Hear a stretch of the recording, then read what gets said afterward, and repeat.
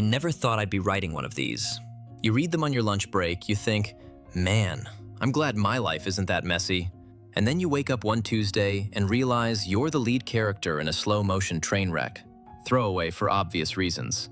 My wife knows my main account, and if she saw this before I was ready, the explosion would be nuclear. Let's set the stage. I, M32, have been married to Chloe, F30, for 6 years. I thought we were solid. I really did. We have, or had, the kind of marriage people envied. We communicated, we traveled, we had a dog, a mortgage, and plans for a kid in a year or two. Or so I thought.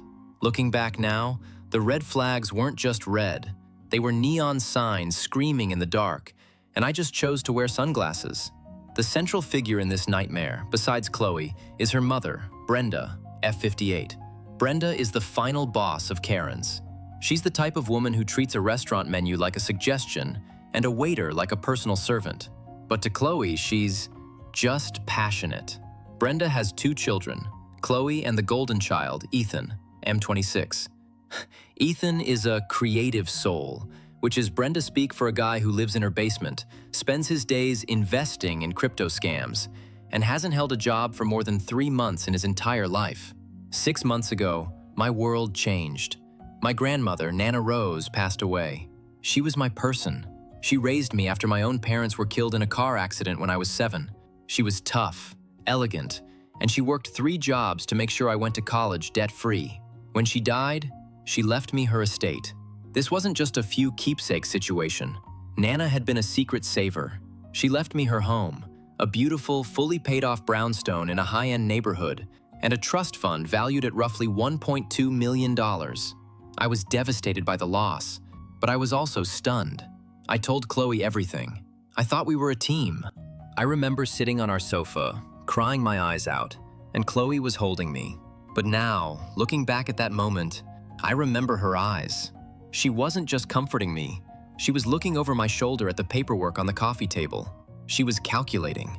A week after the funeral, the suggestions started. It began with Brenda. We were at Sunday dinner, a tradition I've grown to loathe. Brenda leaned over her wine glass and said, "Mark, dear, it's such a burden to own 2 properties, isn't it? The taxes, the maintenance, and poor Ethan is just struggling so much in that cramped basement. It's affecting his process." I laughed. I actually laughed because I thought it was a joke. I said, "Well, Brenda, if Ethan wants a house, he can do what I did. Work 60 hours a week and save." The silence at the table was deafening. Chloe kicked me under the table, hard. Later, in the car, Chloe turned to me and said, "You didn't have to be so mean, Mark. Mom is just worried about Ethan's future. We have so much now. Don't you think it's a bit selfish to sit on all that wealth while family is struggling?" Selfish? Selfish. I reminded her that all that wealth was my grandmother's life's work. It was my heritage. I told her we'd use the trust for our future children's education and maybe an early retirement for both of us. She just looked out the window and didn't say another word the whole night. That was the first crack. Over the next few months, the gaslighting became a daily occurrence. Chloe started complaining about our small house. It's a lovely 3-bedroom ranch. She started joking about how the brownstone was wasted sitting empty or being rented out to strangers. Then came the family meetings. I wasn't invited to. I'd come home from work and find Chloe's phone on the counter, buzzing incessantly with texts from a group chat titled The Future. One day, I did something I'm not proud of. I looked. The messages were from Brenda, Chloe, and Ethan. Brenda: "If Mark puts the house in both your names, we can move Ethan into the top floor and rent out the bottom to cover his allowance. It's only fair, Chloe. Mark didn't earn that money. He just inherited it." Ethan: "I need at least $50,000 for the new mining rig." Chloe: "Tell him you want to start a business and get him to seed the capital." Chloe: "I'm working on it. He's being stubborn. He's obsessed with Nana's legacy. I'll keep chipping away. I think I can get him to sign a quitclaim deed if I tell him it's for tax protection." I felt like I had been punched in the gut. My wife, the woman I promised to grow old with, was plotting with her parasitic family to strip mine my grandmother's legacy. They weren't just asking, they were strategizing. I didn't confront her right away. I needed to know how deep this went. I played the part. I acted like I was considering their ideas. I became a ghost in my own home, watching them. I saw the way Chloe would look at me when she thought I wasn't looking, not with love, but with impatience. She was waiting for me to break. The breaking point happened yesterday. I came home early because I had a migraine. I walked in the back door and I heard voices in the kitchen. It was Chloe and Brenda. They were laughing. "He's so predictable," Chloe was saying. "I told him I was feeling insecure about our future because I don't have my name on the brownstone. He actually looked guilty. I think I'll have the papers ready by Friday. Once my name is on that deed, we'll move Ethan in over the weekend while Mark is on that fishing trip." Brenda's voice was like sandpaper. "And the trust? We need to get into that trust, Chloe. That money is doing nothing in a savings account. Ethan has that opportunity in the Maldives he needs to fund." "One step at a time, Mom," Chloe replied. "I've got him right where I want him." I stood in the hallway, my heart hammering against my ribs so hard it hurt. I felt a coldness wash over me that I can't describe. It wasn't just anger. It was the total, absolute death of my marriage. I walked into the kitchen. The silence was instantaneous. Chloe's face went from smug to terrified in 0.5 seconds. Brenda, being the cockroach she is, just plastered on a fake smile and said, "Oh, Mark, you're home early. We were just talking about interior design." I looked at Chloe. I didn't yell. I didn't scream. I just said, "I heard everything. The tax protection, the Maldives, the mining rig, everything." Chloe started to stammer. "Mark, honey, it's not what it sounds like. We were just brainstorming ways to help the whole family." "I'm not your family," I said, "and you sure as hell aren't mine." I walked out. I'm currently in a hotel. I've already called my lawyer. I've moved all the trust documents to a secure physical deposit box she doesn't have access to. I've frozen our joint credit cards. But here's the kicker. Before I left, I went to our shared office and grabbed Chloe's laptop. I knew her password. I found the file. It was a spreadsheet, a literal color-coded spreadsheet titled Redistribution Plan. It detailed exactly how they were going to spend my grandmother's money over the next 5 years. Ethan's salary, Brenda's consulting fees, a new car for Chloe. They had even budgeted for a divorce fund for Chloe in case I became difficult after the assets were transferred. They planned to bleed me dry and then discard me. My hands are shaking as I type this. I'm sitting in this sterile hotel room, looking at a picture of Nana Rose on my phone. I feel like the biggest fool on the planet. I loved her. I really loved her. And she was just waiting for me to be profitable. I'm meeting my lawyer tomorrow morning at 8 a.m. I'm not just getting a divorce. I'm going for scorched earth. I'll update when I can, if I don't lose my mind first. Time passed since last post. 48 hours. I haven't slept more than 3 hours since I checked into this hotel. Every time I close my eyes, I see that color-coded spreadsheet. Blue for Ethan's startup costs. Green for Brenda's retirement supplement. Pink for Chloe's personal enrichment. I wasn't a husband. I was a line item. The last 48 hours have been a blur of legal consultations, frantic phone calls, and the slow, sickening realization that I was married to a stranger. Yesterday morning, I met with my lawyer, Sarah. She's a shark. Exactly what I need right now. I laid everything out. The inheritance, the recorded kitchen conversation, thank God for my phone's voice memo app, and the spreadsheet I'd exported from Chloe's laptop. Sarah looked through the redistribution plan and actually whistled. "Mark," she said, "this isn't just a divorce. This is evidence of intent to commit financial fraud and potentially elder abuse depending on how they handled your grandmother's estate during her final weeks." That hit me like a physical blow. I hadn't even considered that they might have been hovering around Nana Rose before she passed. While I was in Sarah's office, my phone started exploding. It was the frozen cards alert. Chloe had tried to buy a $4,000 designer handbag at a boutique downtown. Then, a $1,200 dinner reservation for the family. Then, a lease deposit for a luxury SUV. All declined. Then the calls started. I let them go to voicemail, but I listened to them with Sarah. Call 1. "Mark? Honey, where are you? I'm so scared." "He just walked out and I haven't heard from you. My cards aren't working and I'm at the store. I feel so humiliated. Please call me. We need to talk about that misunderstanding in the kitchen. I love you." Call 2. Brenda, 11 a.m. Mark, you listen to me. You have no right to lock your wife out of her own finances. That money is marital property now, and you are being financially abusive. If you don't call Chloe back and fix those cards, I will make sure everyone in this town knows what kind of monster you are. You're just like your father, cold and selfish. Hearing Brenda mention my father, a man she never even met, made my blood boil, but I stayed silent. I'm going gray rock. Complete silence. I spent the afternoon at the brownstone. I had the locks changed. Every single one. I also hired a private security firm to install cameras and a Ring doorbell. While I was there, I found something in the back of the hallway closet. A box. It was a box of staging decor. Neutral pillows, cheap art, home sweet home signs. Chloe had already bought furniture to stage the brownstone for Ethan to move in. She had been planning this for weeks. She'd even printed out lease agreements where I was listed as the landlord, but the rent was set to $0 plus utilities paid by landlord. I felt a fresh wave of nausea. She was going to make me pay for her brother to live in my grandmother's house. Last night, the flying monkeys arrived. For those who don't know the term, it's when a narcissist sends their cronies to do their dirty work. Ethan actually had the audacity to show up at my hotel. I don't know how he found me. Probably tracked my iPad or something I forgot to sign out of. I was walking through the lobby to get a coffee when he stepped out from behind a pillar. He looked like he'd spent the day crying. Or maybe he was just high. "Hey, bro," he said, trying to look casual. "Go away, Ethan," I replied, not even stopping. He grabbed my arm. I spun around and barked, "Do not touch me. I will call the police and have you trespassed in 5 seconds." He backed up, hands raised. "Whoa, man, chill. I'm just here to talk. Chloe is a mess, dude. She's literally on the floor crying. She says you're stealing her future.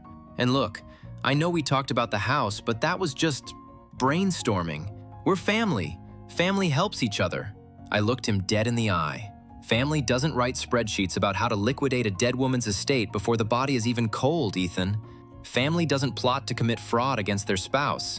Tell your sister she'll hear from my lawyer. Tell your mother she's next.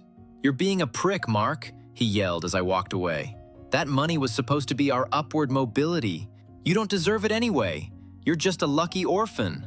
I didn't turn back. I went to my room and threw up. But here is the real update part of this post. I got back into the cloud storage for our shared home computer today. I found a folder I'd never seen before.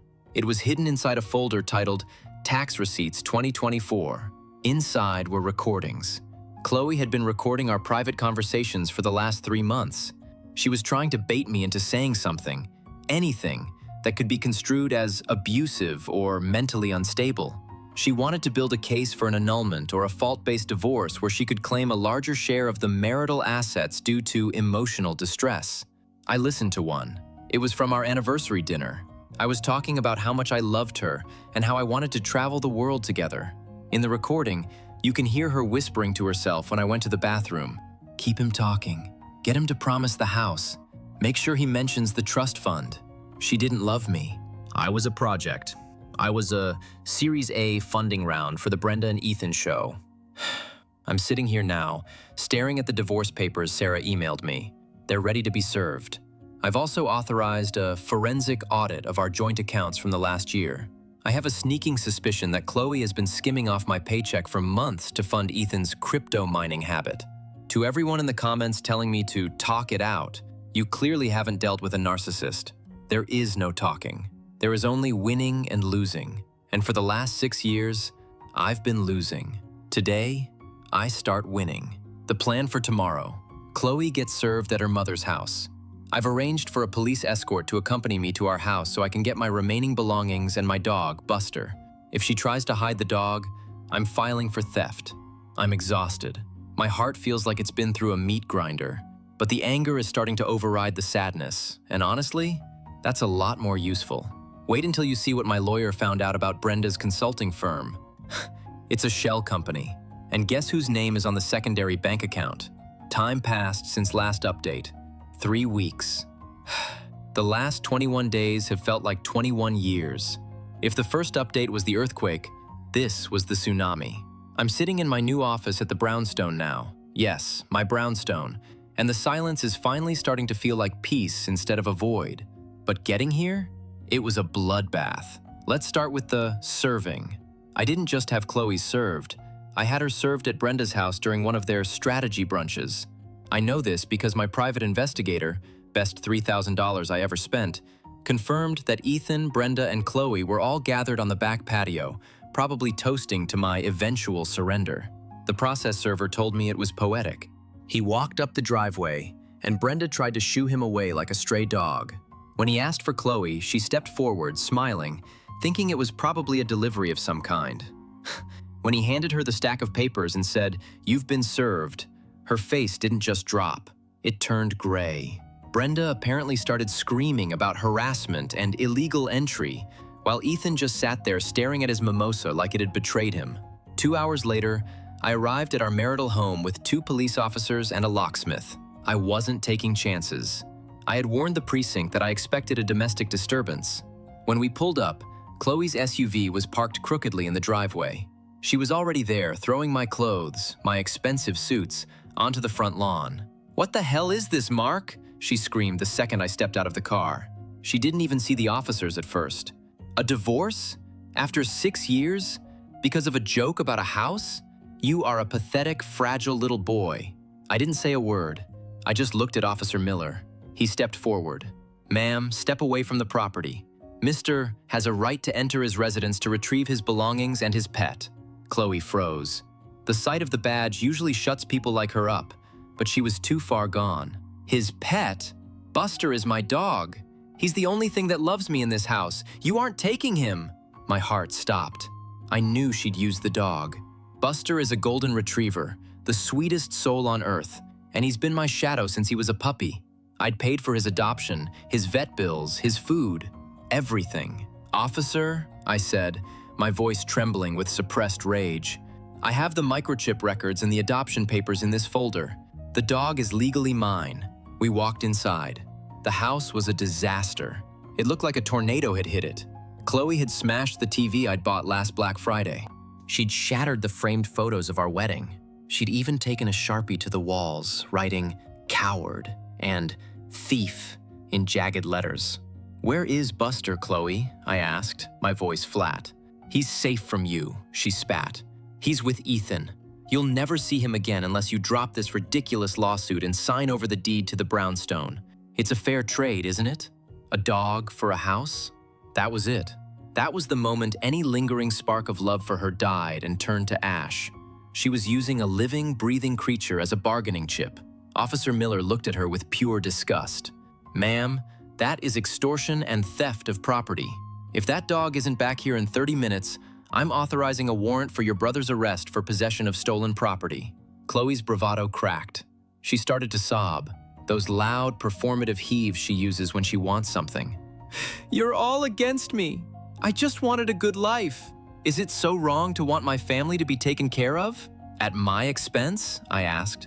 "While you were recording me and plotting to liquidate my life?" While the officers dealt with her, my lawyer called. The forensic audit had come back. Remember Brenda's consulting firm, B&E Strategic Partners? It wasn't just a shell. It was a funnel. Over the last 2 years, Chloe had been writing consulting checks from our joint account to Brenda. Total amount? $84,000. But it got worse.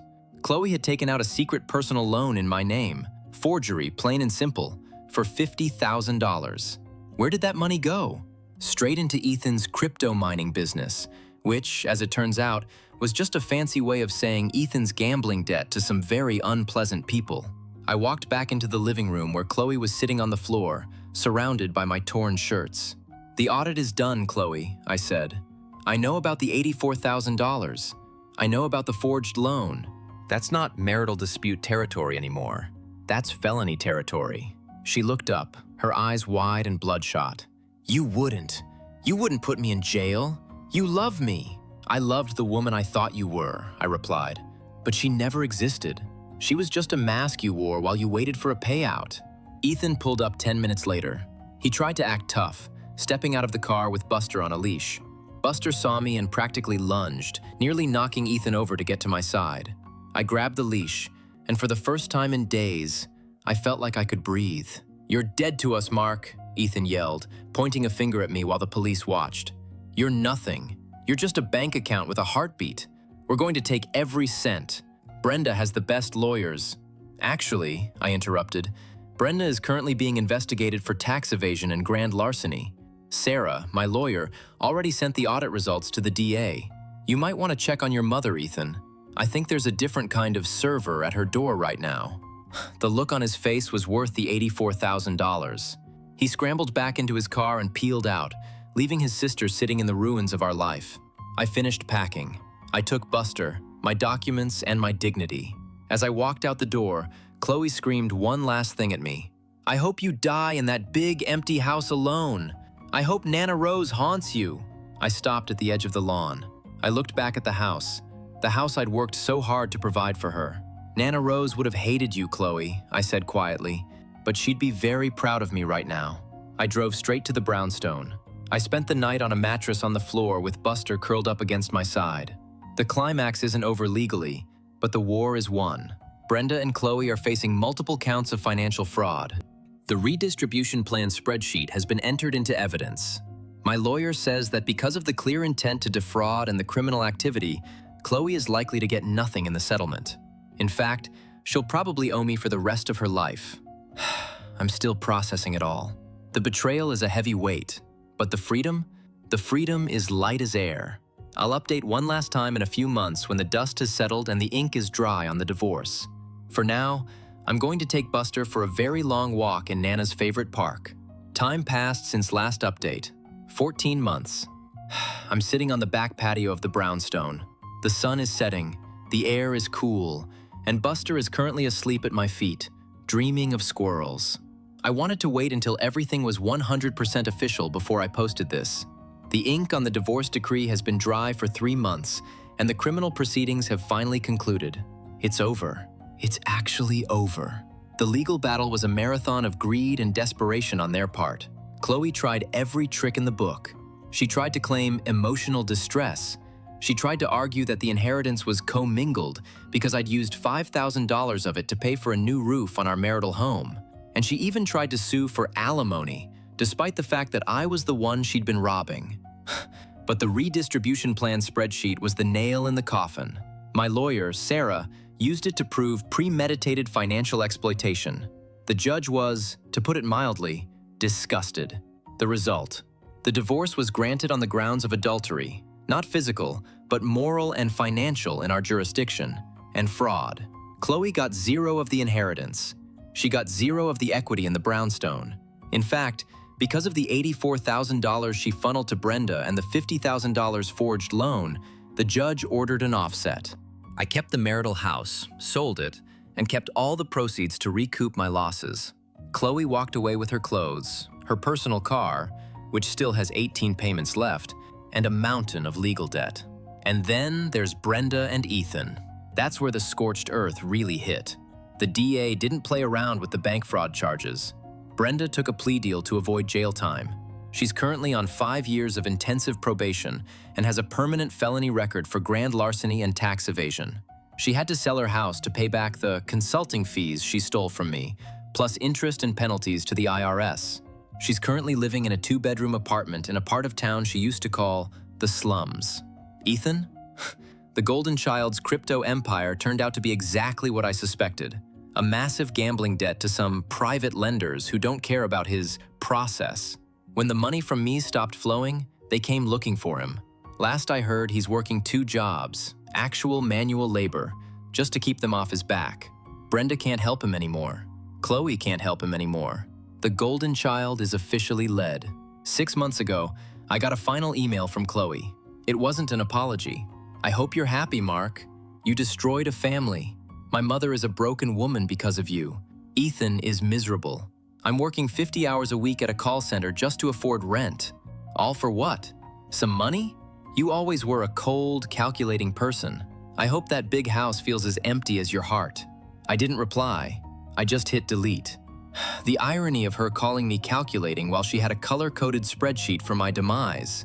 It would be funny if it wasn't so pathetic. As for me, I've been busy. I've spent the last year restoring the brownstone to its former glory. I stripped the layers of cheap paint off the original mahogany banisters. I fixed the stained glass in the library. I even found Nana Rose's old gardening tools in the cellar and started a small rose garden in the back. It turns out the house doesn't feel empty at all. I've filled it with people who actually care about me. I host Sunday dinners now, but they're different. There's no tension, no gaslighting, no hidden agendas. Just friends, good food, and laughter. There's even someone new, a woman named Elena. She's an architect, and she loves this house almost as much as I do. When I told her the story of the Redistribution Plan, she didn't ask how much the trust was worth. She just hugged me and said, "I'm so sorry you had to protect yourself from the people who should have protected you." That hit hard. Last week, I finally went through the last of Nana Rose's boxes. At the very bottom of a trunk filled with old quilts, I found a letter she'd written to me years ago, to be opened when you finally settle into your own life. The letter: "Mark, my dearest, money is just paper and stone is just rock. They are tools, nothing more. Use them to build a life of character, and never let anyone make you feel small for having a big heart. Protect your peace, because it's the only thing you truly own." I think I finally understand what she meant. The trash didn't just take itself out. It tried to set the house on fire on the way out. But the house is still standing. I'm still standing. And Buster is currently wagging his tail in his sleep, probably chasing those same squirrels. To everyone who followed this saga, thank you. Your comments kept me sane when I was sitting in that hotel room wondering if I was the crazy one. If you're going through something similar, if you see those red flags, don't ignore them. Don't wear the sunglasses. Trust your gut. Protect your peace. And for the love of God, keep your spreadsheets password protected. Signing off for the last time, Mark and Buster.